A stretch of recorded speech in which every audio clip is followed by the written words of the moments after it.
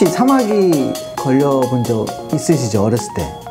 실제로 저도 어렸을 때 보면 사마귀가 한두 개 이렇게 생기고, 뭐 친구들도 뭐 생기면은 손톱깎이로 뜯기도 하고, 뭐 어떻게 하다가 보면 없어지고 그랬어요. 그죠? 그래서 그거를 병이라고 생각한 적은 없었던 것 같아요. 근데 이제 요즘에는 사마귀가 바이러스 질환인데, HPV 바이러스라는 바이러스에 감염돼서 생기는 질환인데, 예전과 다르게 이 바이러스가 좀 더 센지 모르겠지만 하여튼 잘 안 없어지는 것 같아요. 예전보다 바이러스가 더 세다는 거는 뭐 설명이 그렇지만 하여튼 중요한 거는 사마귀 바이러스에 감염이 돼서 사마귀가 몸에서 특히 손이나 발에서 번지고, 그래서 일상생활 하는데 불편하고 이런 사람들이 예전에 비해서 많이 생긴 것 같아요. 그래서 오늘 사마귀에 대해서 좀 알아보도록 할게요.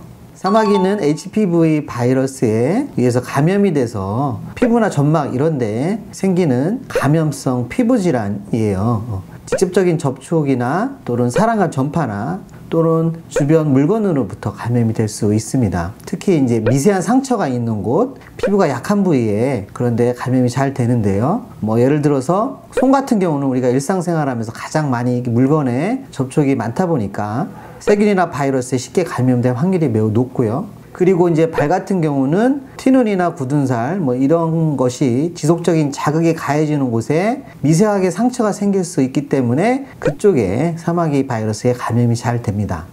발바닥에 발생한 사마귀는 감염된 사람에게서 떨어져 나온 바이러스의 일부가 죽지 않고 남아 있다가 예를 들어서 목욕탕이나 수영장이나 찜질방이나 샤워실 이런 데서 욕실 슬리퍼를 통해서 잘 전염이 됩니다.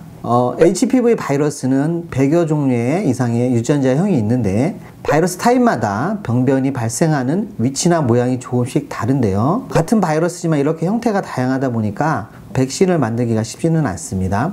보통 손발에 생기는 사마귀는 타입이 1, 2, 4, 27, 29에 감염이 잘 되고요. 그 다음에 얼굴과 몸에 생기는 편평 사마귀는 타입 3, 10, 28, 49번에 감염이 돼서 잘 생깁니다. 그리고 타입 6번과 11번에 감염이 되면 생식기 사마귀가 잘 생기고, 그 다음에 16번, 18번에 감염이 되면 자궁경부암이나 은경암이 생긴다고 알려져 있습니다.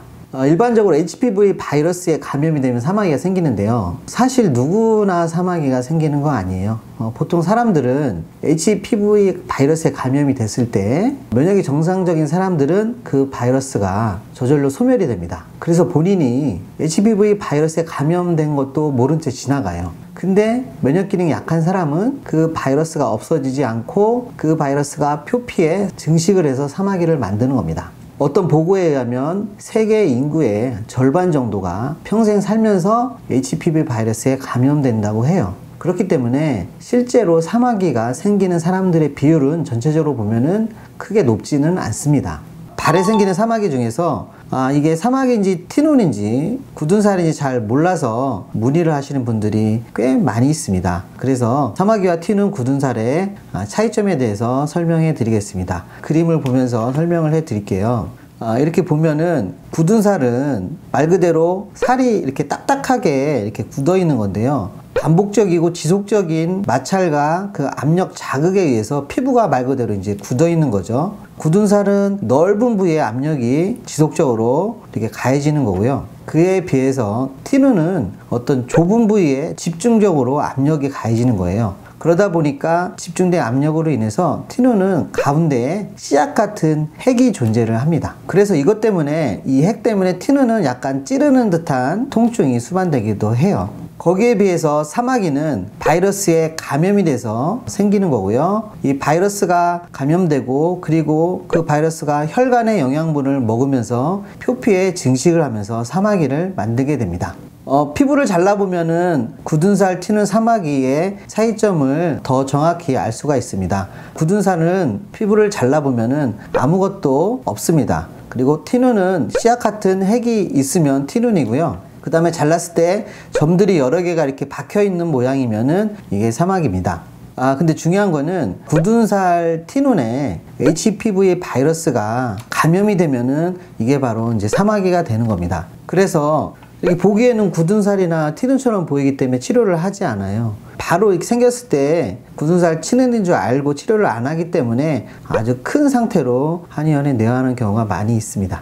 자, 이 그림을 보면은 발바닥에 있는 굳은살처럼 보이는데요. 이거를 각질을 제거했을 때 자르게 되면은 자세히 보면은 이렇게 검은색 반점이 보입니다. 이게 바로 혈관이에요. 그래서 이 바이러스가 이 혈관의 영양분을 먹고 이렇게 사마귀를 만들게 되는 겁니다. 그래서 굳은살 튀눈과 사마귀의 차이점은 혈관 반점이 있냐 없냐가 차이점이라고 볼 수 있습니다.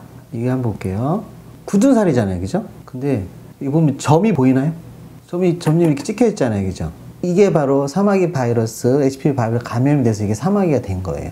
그러니까 이거는 사마귀인 거죠. 굳은살이 아니라. 보면 이렇게 보이시죠?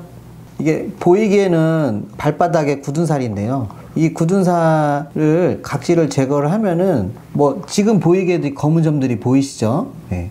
이게 바로 혈관이에요. 그래서 HPV 바이러스가 이 혈관의 영양분을 먹고 이 발바닥 굳은살에서 증식을 해서 지금 이게 사마귀로 돼버린 겁니다. 보시면은 점들이 보이실 겁니다. 사마귀 치료법에 대해서 설명을 해드릴게요. 사마귀는 바이러스 질환이기 때문에 내가 다른 사람한테 감염이 돼서 생긴 질환이에요. 근데 중요한 거는 나 또한 이 바이러스가 감염이 됐기 때문에 내 몸에서 번지기도 하고 내가 또 다른 사람한테 전염을 시킬 수가 있겠죠. 그래서 치료를 빨리 해야 됩니다. 그리고 이제 손발, 특히 손에 생기게 되면은 손을 많이 쓰는 직업을 가진 분들이나 뭐 요리를 하던 뭐 어떤 물건을 만지던 이런 분들한테는 아주 민감할 수밖에 없죠. 왜냐하면 내가 다른 사람한테 전염을 시킬 수도 있기 때문에. 그래서 손에 사마귀가 생겼을 때 빨리 치료를 해야 되고요. 그리고 발에 사마귀가 생겼을 경우에는 걸을 때마다 이제 통증이 오는 경우가 생깁니다. 그러면은 통증이 심해서 치료를 빨리 할 수밖에 없어요. 보통 이제 냉동 치료나 레이저 치료를 많이 하는데요. 손발에 생긴 사마귀 같은 경우 냉동 치료를 좀 수회에 걸쳐 치료를 많이 하죠. 근데 이제 치료 과정에서 물집이나 통증이 생길 수가 있고, 그리고 단계적으로 사마귀를 얼려서 탈락시키고 영양분을 공급하는 혈관도 파괴해서 제거하는 효과가 있습니다. 기본적으로 이제 사마귀는 피부에 손상 없이 사마귀만 제거하는 것이 불가능해요. 그래서 사마귀와 그 근처 피부까지 함께 제거하는 방법으로 치료를 하게 됩니다. 자, 근데 냉동 치료든 레이저 치료든 또 뭐 어떤 치료든 간에 사마귀를 제거를 했는데 다시 재발하는 경우가 있어요. 그건 이제 두 가지예요. 첫 번째는 제거가 완전히 제대로 되지 않은 경우, 제거를 하긴 했지만 다 제거를 못한 경우예요. 그럴 경우에는 남아있는 그 사마귀가 다시 증식을 해서 재발하는 경우가 있고요. 두 번째는 제거를 다 했는데 그 사마귀 HPV 바이러스가 몸속에 많이 있어서 그 바이러스가 다시 증식해서 재발하는 경우가 있어요. 그런 경우는 꼭 면역 치료를 통해서 바이러스 제거 치료를 해야 재발하지 않습니다. 손톱 주변에 사마귀가 생겼을 때 재발하는 이유에 대해서 설명을 해 드릴게요.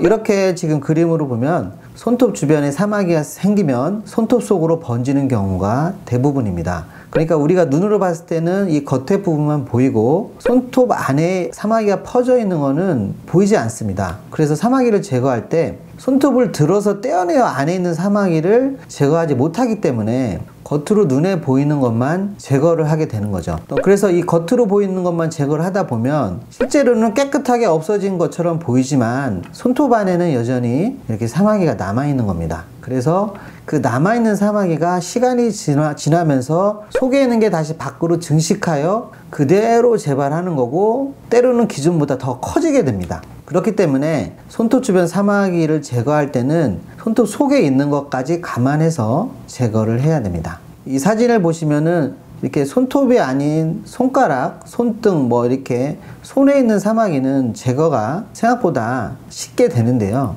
지금 이 사진처럼 이렇게 손톱 주변으로 이렇게 생긴 사마귀는 실제로 손톱 안으로 깊이 파고 들어가 있는 경우가 많이 있습니다. 그래서 제거를 할 때는 그 손톱 안에 있는 것까지 감안을 해서 깊이 제거를 해야 재발하지 않습니다. 자, 그 다음에 발바닥에 생긴 사마귀에 대해서 설명을 해 드릴게요. 이 발바닥은 우리 인체에서 무게나 압박을 가장 많이 받는 곳이죠. 이렇게 걷고 이러다 보면은 인체의 무게를 가장 많이 압박을 받잖아요. 그러다 보니까 우리가 겉으로 보이는 그 사마귀 크기보다 안으로 아주 깊고 넓게 이렇게 박혀 있습니다. 계속 신체의 무게가 발바닥을 누르다 보니 아주 넓어지고 깊게 박혀 있는 거죠. 그래서 겉에 보이는 일반적인 사마귀는 겉에 보이는 부분에서 조금 깊게 들어가서 제거하면 모두 제거할 수 있는데, 발바닥 사마귀 같은 경우는 이렇게 한 번에 제거를 해도 그 안에 또 깊이 박혀 있기 때문에 연속적으로 이게 제거를 해야 됩니다. 그래서 발바닥 사마귀를 제거할 때는 1차적으로 우선 보이는 것을 깊게 제거하고, 그 다음에 2차적으로 넓게 깊이 파들어가서 제거를 하고 남아있는 것을 지속적으로 제거를 해야 완전하게 없앨 수 있습니다. 이렇게 발바닥 사마귀 사진을 보시면요, 발바닥에 있는 사마귀가 점점 번져서 발가락까지 간 사진인데요, 이것도 제거를 할 때 연속적으로 지속적으로 깊이 제거를 해야 없어집니다. 사마귀를 한의학적으로 어떻게 치료하는지에 대해서 알려드리도록 하겠습니다. 사마귀 제거 치료는 뜸이나 침 약침을 하고요, 그 다음에 바이러스 면역 치료는 한약으로 합니다. 일반적으로 사마귀 뜸은 간접뜸과 직접뜸이 있는데요, 간접뜸은 이렇게 스티커가 있어서 그 사마귀 부에 이렇게 붙여서 하는 뜸이고요, 직접뜸은 직접구라고 해서 환부에 직접 뜸을 떠서 사마귀를 녹여서 제거하는 방법입니다. 뜸 뜨는 영상을 참고하겠습니다. 자, 뜸 뜨는 방법은 사마귀 환부에 이렇게 뜸을 올려놓고 이렇게 불을 지져서 뜸을 뜹니다. 이게 직접 뜸을 뜨는 방법이에요. 자, 그 다음에 침 치료하는 방법이 있습니다. 사마귀를 침으로 치료하는 방법은 사마귀 주변에 혈자리가 있는데요, 그 주변 혈자리에 침을 놓으면은 이 침이 사마귀 주변을 자극하면서 동시에 혈액이 모이게 됩니다. 그러면서 자연스럽게 면역작용을 상승시키는 효과가 있습니다. 한방에서는 지정혈이라는 혈자리가 있는데 이 혈자리에 침을 많이 놓습니다. 자, 그 다음에 약침 치료가 있는데요, 면역 기능을 높여줄 수 있는 약재를 증류 축출해서 그 사마귀 환변 주변 혈자리에 직접 주입하는 치료법이에요. 사마귀와 사마귀 아닌 그 경계선에 약심액을 넣기도 하고요. 그 다음에 사마귀 면역 치료는 한약을 처방해서 치료를 하는데요, 면역 기능을 높여주는 약 처방을 환자 체질에 따라서 면역 기능이 떨어진 원인이 다르기 때문에 거기에 맞추어서 처방을 합니다. 4가지 종류 체질별로 나누어서 하는데요, 첫 번째, 스트레스를 많이 받는 사람, 신경이 예민하고 또는 생리통이 심하고 이러면서 혈액순환이 잘 안 되는 체질, 이런 분들에게 가미소혈산 계통의 약을 처방을 하고요. 두 번째, 과로나 또는 스트레스, 또 체질이 허약한 사람, 또 만성 피로가 있는 이런 분들에게는 보증이기탕이라는 약의 가미를 처방을 합니다. 세 번째는 수면 부족이나 수면 장애, 교대 근무 이런 걸로 인해서 수면의 문제로 인해서 면역 호르몬이 생산이 저하돼서 면역 기능이 떨어진 분들도 있거든요. 이런 분들은 또 심장 기능도 약해진 경우가 많기 때문에 팔다리로 혈액순환이 잘 안 돼서 면역이 약해진 경우가 많습니다. 그래서 귀비탕이라는 처방을 가미해서 약을 쓰고요. 네 번째로 식습관이나 인스턴트 음식이나 기름진 음식 이런 거 많이 드시고, 그리고 또 찬 음식 많이 드셔서 몸이 차지고 또 아랫배가 차고 손발이 차고, 이런 분들은 소화기나 또 장에 노폐물이 많이 있으면서 면역 기능이 떨어지는데요, 이진탕이라는 약 처방을 가미해서 치료를 합니다.